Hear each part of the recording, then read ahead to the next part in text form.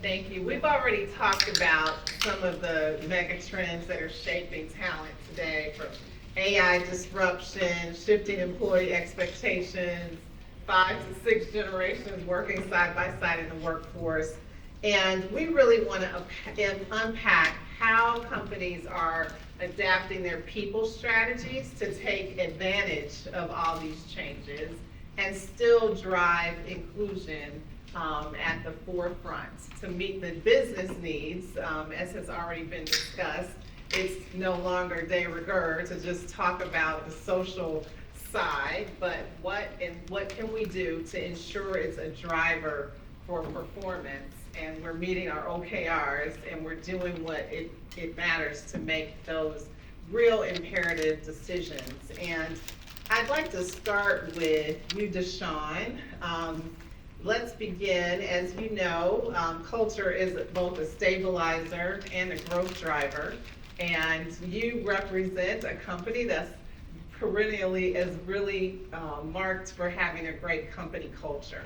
And I'd like to hear what role culture really plays in keeping momentum with employees and how it impacts inclusion. Well, thank you, Jenny, and thank you to Layla for having all of us here. Culture is significant. It is literally the engine for consistency, for pride, and it drives performance. You have to be incredibly intentional about not just building your culture, right? Envisioning it, then building it, but then also make sure how you maintain it. And the way that we've really gone about it is to ensure that it's built in everything that we do. So often people will say, okay, well, we're gonna add some interview questions and have it be around the values, but then you have to carry that over to the mid-year reviews. You have to carry that over to the year-end reviews. You have to make sure that it's built into each and every leadership development program that you have, whether or not you're building it internally or you are working with a company to curate some training for you externally. So it has to be incredibly seamless. And then when you have that, you end up with consistency across over 127 countries, about 500,000 team members, and over 8,800 properties to date. And so it is really significant, and we are celebrating and really proud to be celebrating this year that we received 18 number one great places to work across 18 countries this year. So it's a feat. I'm going to say, I don't want to belittle it and say that it is easy, but it requires consistency and it requires full alignment across the board. That's some really impressive statistics, and would love to follow up and hear more about what is driving that. One thing we talked about personally, I love being in person because you get to hear something individual about each person, is that you've done some really forward-looking things, like thinking about potentially the impact of immigration and some of your Mexican employees, and really preparing a program for them if they were to move back to Mexico. Could you just give us a little snippet about that? Absolutely. So I lead the Global Pathways recruitment hiring. So it's really about making sure that we are tapping into different communities, overlooked communities across the globe to afford them opportunities. We do that through working with various partners that provide wraparound services and a lot of the vocational skills training that's necessary to get them that little bit of edge as they're coming forward for the interview. And so as we were watching the external environment, and things change constantly, and I think to the extent that you are, a visionary leader, you got to stay on top of that and try to get ahead of it. And so started last year and taking a look at how immigration was going to be changing, how we knew there were several refugee programs here in the United States that were likely going to have to take a step back and collapse. And so with that, we started working in various countries to say, there is a likelihood that you're going to see a return of some of your individuals, your people, those that resided there previously. And we worked with the government, we worked with several other companies, as well as programs and partners that were there, and said, we want to make sure that we are in alignment with you, and how can we work with you inside of your country to provide them opportunities. There's benefit when we have such a large footprint. You know, being over 126 countries and counting, we have that opportunity to tap back in and say, listen, we can help you wherever you are. And so as people are repatriating back, whether, you know, decidedly or not, basically it's affording them the opportunity, because we know people at the end of the day, they want to be seen, they want to be supported, they want to show up for their family, and the way to do that is economic empowerment, and so through job opportunities. Thank you. Such a unique and interesting way of planning ahead for your talent strategy. And Carlos, I'd like to come to you, where community impact is a key part of your role. How are you ensuring inclusion isn't sidelined in these kinds of times of transformation? Wow. Inclusion. First of all, we start by defining what do we mean when we talk about inclusion. You know, when we think about diversity, and I know this is a safe space, so I can say these words, right? Diversity, when we were calling it diversity, equity, and inclusion, we could define diversity. We could define equity. But one of the hardest things that organizations, and there's several studies out there to talk about, defining inclusion was hard to do because it's different for every organization and everybody looks at it differently. So now that all we have left now is inclusion that's acceptable, how do you make sure that the organization understands the value of inclusion, drive inclusive behaviors, hold leaders accountable for driving inclusion? It's first by making sure that they understand what does it take for people to feel included, that their voices are heard, that they have opportunities, that you truly mean bring my true authentic self to work, and really making sure that people understand the value that it brings, the business case, because we still think that there's a need to talk about the business case when we talk about this. But one of the cautionary things that I put out there is that folks need to understand you could have a very homogeneous organization and everybody feel included. That's not really the goal.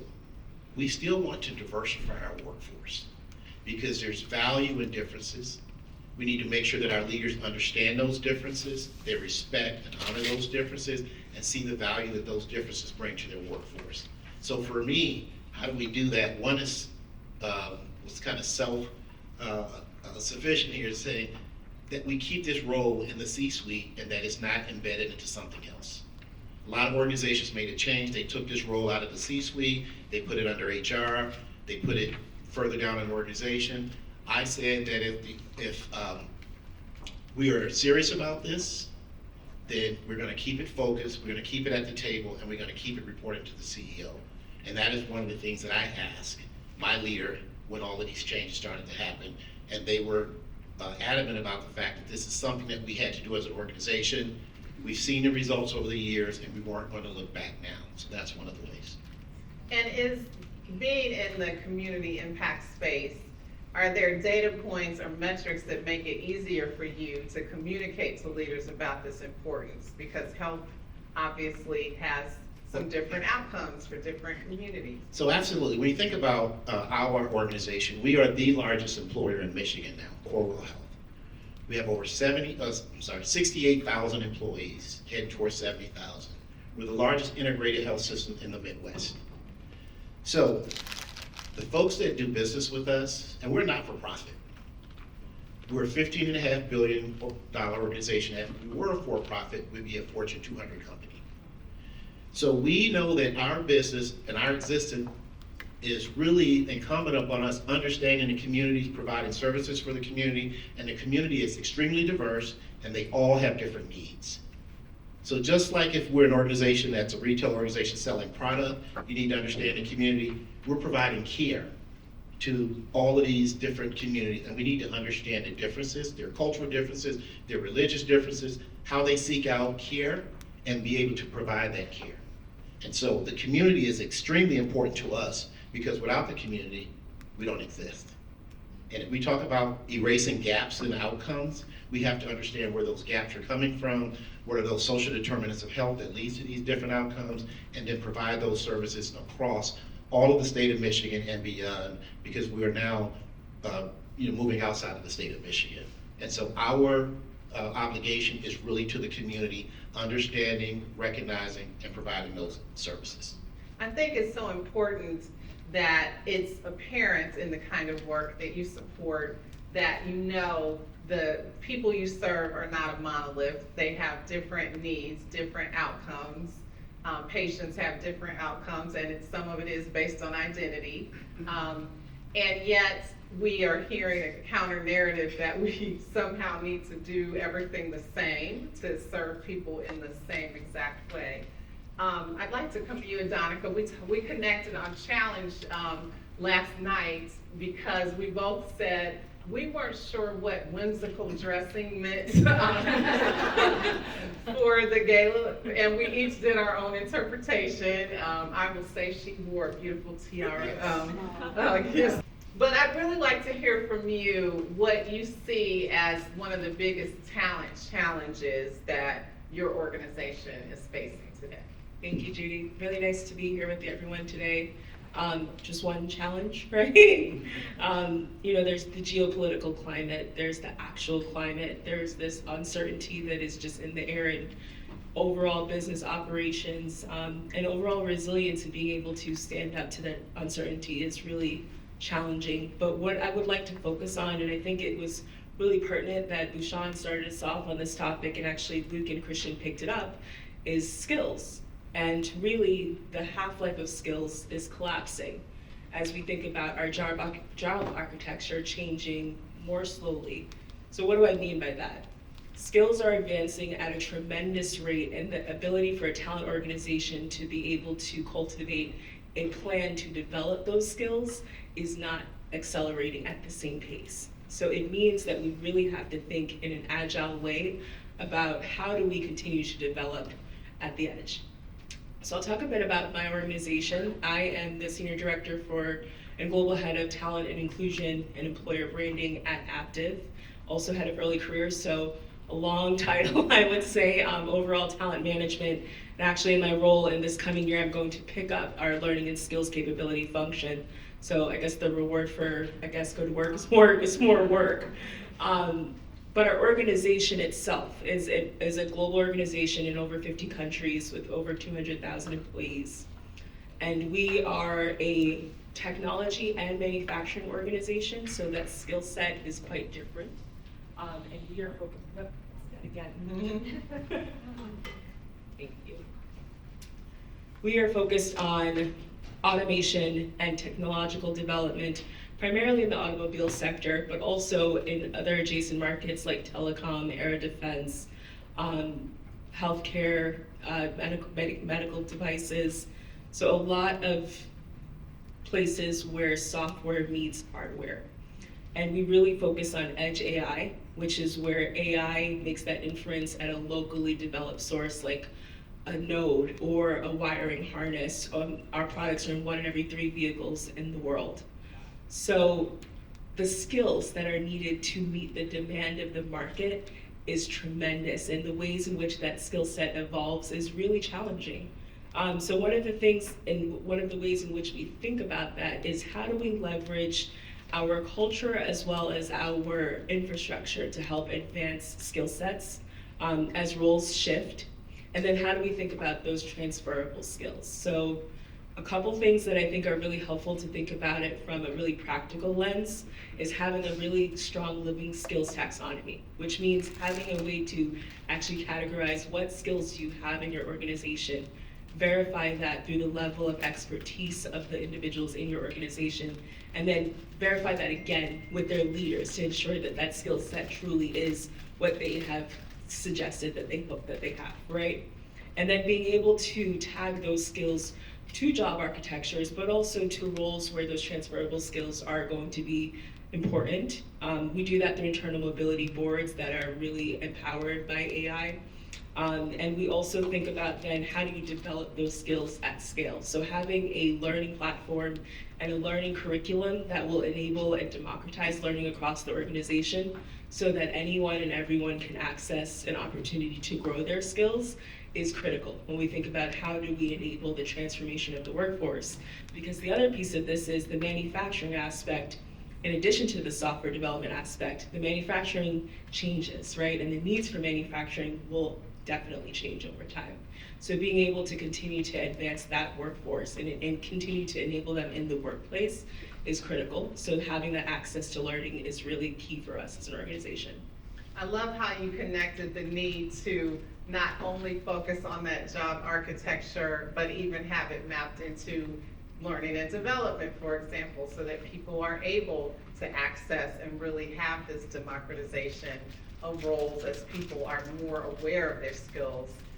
We talked briefly companies that we support are all over the map. Everyone's talking about the move to skills, but from a practical standpoint, where you start in your talent management journey to have that happen, would love to hear a little insight from you on the approach you took, because I've worked with clients that did a small pilot, from clients that said, we're gonna do it globally right now, they weren't successful. But we'd just love to hear your practical approach.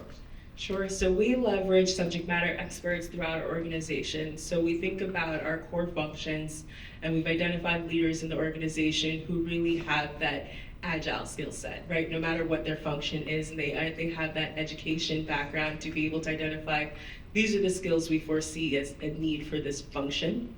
And then based on how they've helped us develop the skills matrix, we've then kind of implemented learning pathways across our organization. And we do leverage our HRIS system and our learning management system and that curated portfolio to ensure that there's real scale in being able to assign learning or at least encourage learning. And of course, there are a number of tools that will enable you to do that in the market. We use some of the bigger providers, but in those tools, being able to tag into those skills and then matching that to your career profile and your career aspirations is really critical. And we bring those what we call talent cards, into those conversations. We are considering what is the internal mobility potential of an individual and what has been their learning history. So it really is a part and parcel of how we think about talent. Regardless of what function you're in, are you really at the cutting edge of learning and continuously driving that culture of innovation as we move forward and transform?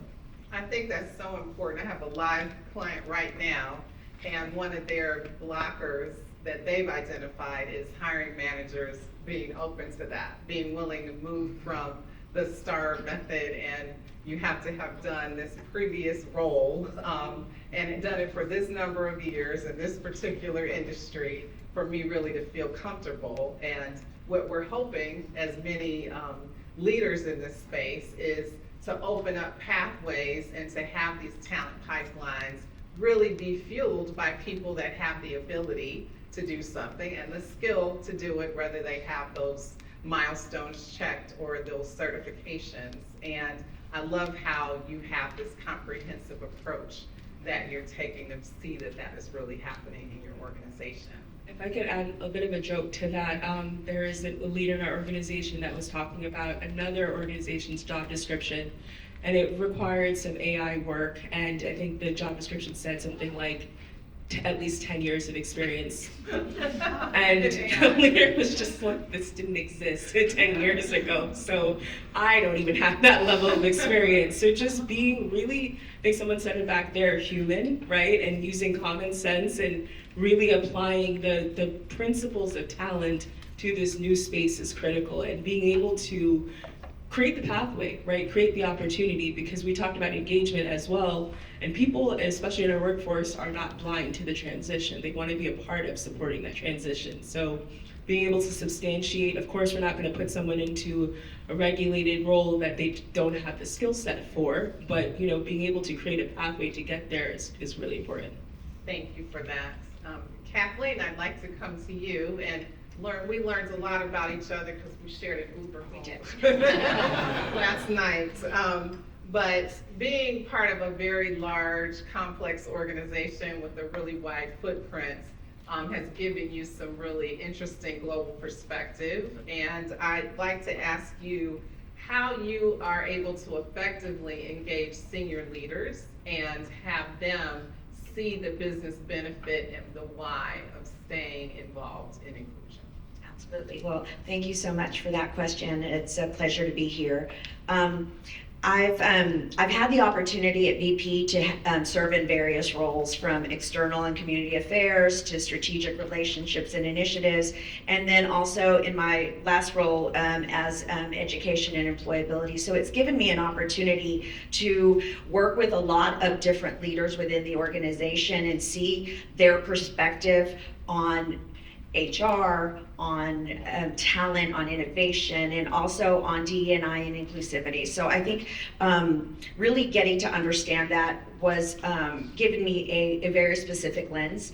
One of the things that I think we really work on is understanding and really focusing that our agenda on people, so our people agenda is not just a nice to have or something that we do because it's the right thing to do. We've talked about that today. It is very important that we see the people agenda as a strategic part of our business plan. It is the core of our business strategy. So I think that's really important to do. And as we do that, we want to make sure that we're leading with a business case. And when we do that with our leaders, it really is peeling back the onion of seeing where they're coming from and how can we make sure that we are listening to what are some of the challenges that they see, some of the issues that they're having a hard time addressing or overcoming. And as we have all of these issues right now that are facing us, whether it's budget cuts or the DE&I issues that we're all facing and the limitations and maybe even legalities on moving forward with that DE&I agenda. And so our leaders are feeling a little bit hesitant. And so we really have to meet them where they are and be able to understand what are the things that are really causing some, maybe just their focus of saying we can't move forward with that. And that's where they're at the moment. So what is it that they're worried about?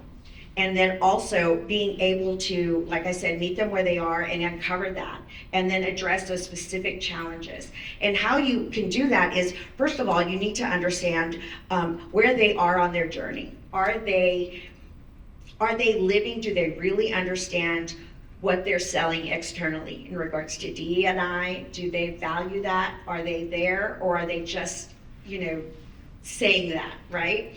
And what I mean by that is it's being authentic and making sure that they understand the benefits of that business case. And they understand that, increased diversity of thought, increased diversity, it really lends to a lot more innovation. We know that it correlates.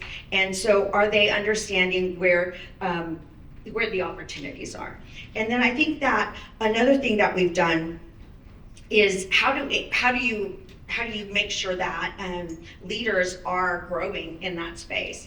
So some of the things that we've done at BP, excuse me, I need some water. I'm talking and talking.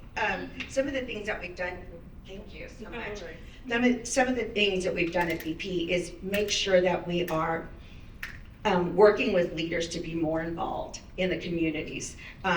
Serving, thank you so much. In the communities where we have a footprint. So whether that's board representation and hearing from the populations that we serve, the issues that are happening around HR, some of the, also some other opportunities that we've seen are engagement with talent pipelines, engagement with our employees, having listening sessions, making sure that all of these things are we build a plan, a strategy to help them get to where they are and see the value, because it is part of the business strategy. It needs to be. It has to go hand in hand. It's not something that we can put aside and sit on the sidelines, right? And so in order for them to really see the value and lead and champion diversity and inclusion is that they have to be in it, and they have to lead in it, and they have to own it. And one of the things that we've kind of really focused on is that work towards building and changing the environment around HR, around the people agenda. The people agenda shouldn't be seen as an HR agenda. The people agenda should be seen as a every leader's agenda. It is part of what is going to make our company successful in the long run. And I think that once we are able to do that and see that and build leaders with training and skills and development around inclusivity, around empathy, the EQ, emotional intelligence, and have them lead from that and embed that into how they have their KPIs. This is all very important so that they can see and measure and believe and understand what is critical in order for the company to be successful for years to come.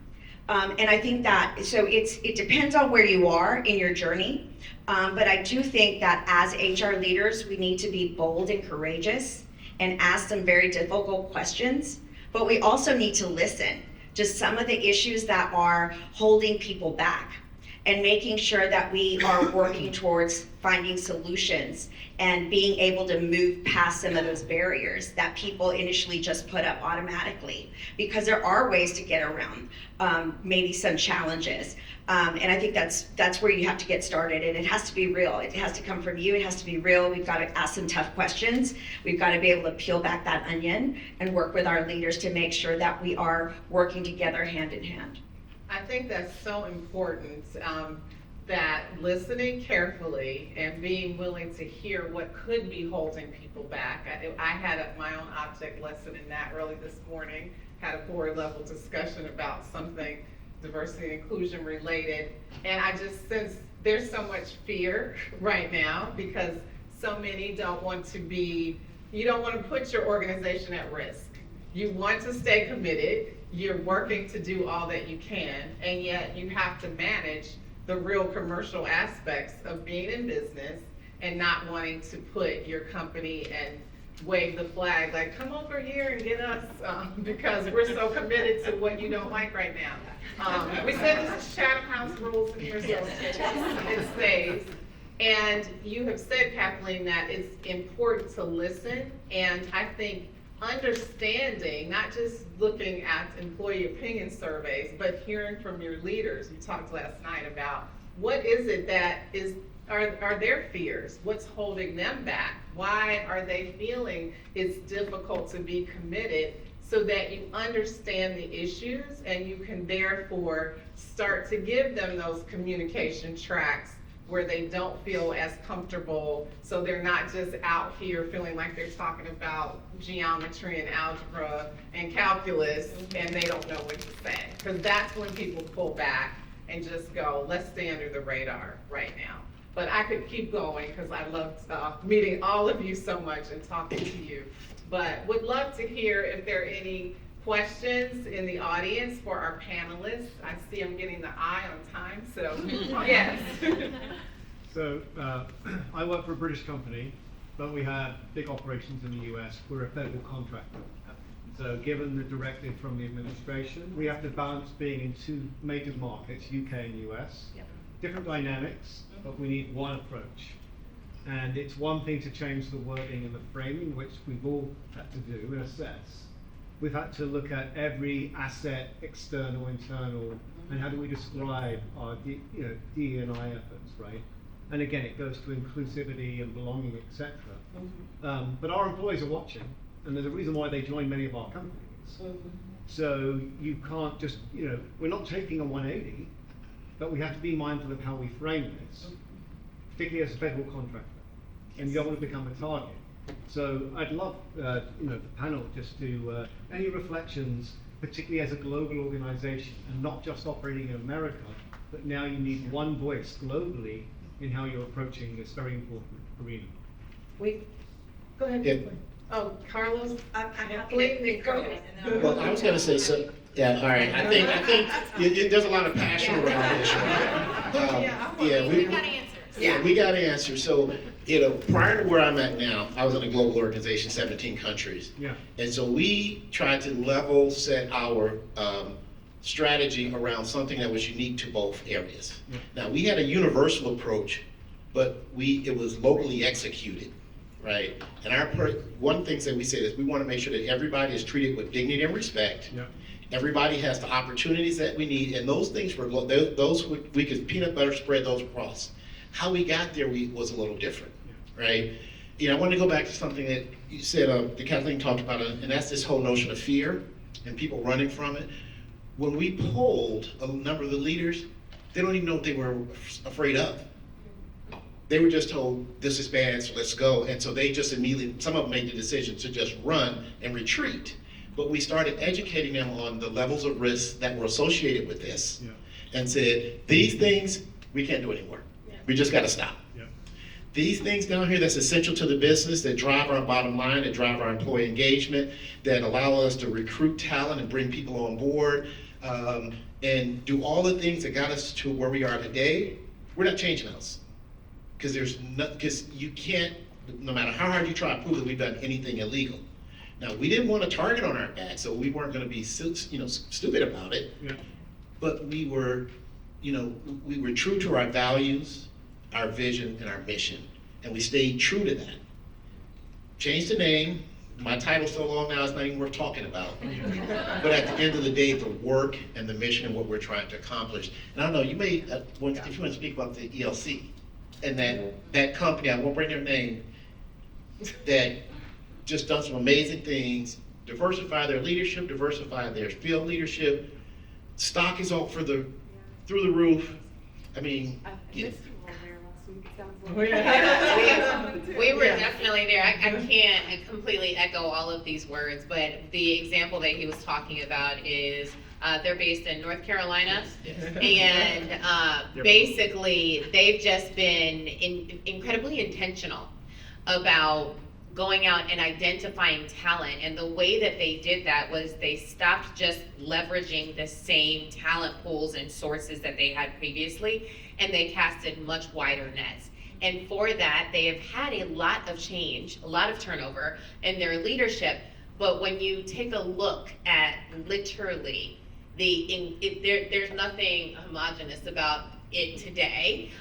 It is definitely diverse, and you're seeing the performance of the company be beyond stellar. beyond. And so they're just like, all of their shareholders are like, whatever you're doing, just keep going. That's the recipe. And so I think we've definitely done something similar, and I'll be conscious of time, but in doing the risk assessment and making sure that you do get an understanding of what is perceived fear and then what is real fear.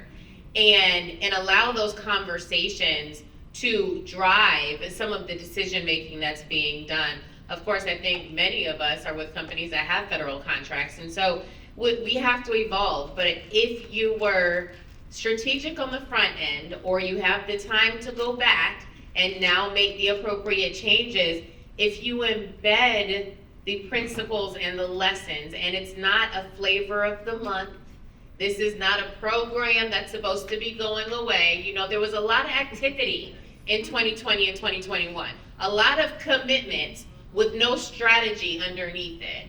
And so wherever you are inside of that journey, you can still go back. There's still time to go ahead and embed some of these practices, and you have to weave it through everything that you're doing and tie it to the business performance. And if you can't do that directly because you don't have the data, ask for time to pilot. Let us pilot this and drive it forward. I just wanted to add to what you all shared. So the event you're talking about was the Executive Leadership Council. They honored an organization, so you can Google it, right, to see kind of who won their award recently. And really what stood out to me in that case was the leadership mindset, right? You have to have leaders who are actually committed to this work. You can't have leaders who are playing lip service and not wanting to actually think about how do we adjust and modify our strategy, just as you do for the rest of the business, right? It can't be that standalone piece. And I think, Carlos, you talked about what I like to call like a localized strategy, like global approach, localized application. And the global strategy is your values, right? You're committed to your values. And as an organization, we have sat down with our legal team and created a matrix for every country that we're in, and come to understand what are our local requirements, and then how do we apply our global strategy and our values to those local requirements, and how does it connect to the business outcomes in that market. So really doing the work of the through line of not just programs and and vanity commitments, to be honest, that a lot of, like you said, a lot of organizations have taken since 2020, but doing the real work of connecting all the way through to what is the business outcome you're actually trying to impact for? Are you trying to tap into an emerging market? Are you trying to tap into an emerging talent pipeline, and then working backwards from that market? So it's tedious work, but it requires being that level of detailed to actually be able to continue this important work. I'll just add one thing. And I think we've covered all of the legal and lines associated with being a federal contractor. But one of the things I think that's really important alongside that is how do you communicate that internally to your employees, and that you aren't playing lip service with some of the things that you're doing, and that you are very cautious and careful about working internally and collaborating with different lines of business and what that means, and that you're putting forward one plan and one communication of what is going to be happening, what the employees can expect and why. One of the things that I've seen happen is when you talk about transparency, and there's an effort to have all of these meetings because you're trying to be transparent, but you're not really saying anything different. That just kind of feels very inauthentic, right? And so just make sure that your efforts are very well designed, collaborated internally. The communication is very key, and the transparency, that everything is really done in a way that it's going to deliver the most and be most impactful and for your employees and for your people. Thank you. I think that we need to wrap. I appreciate so much the insight from each of you.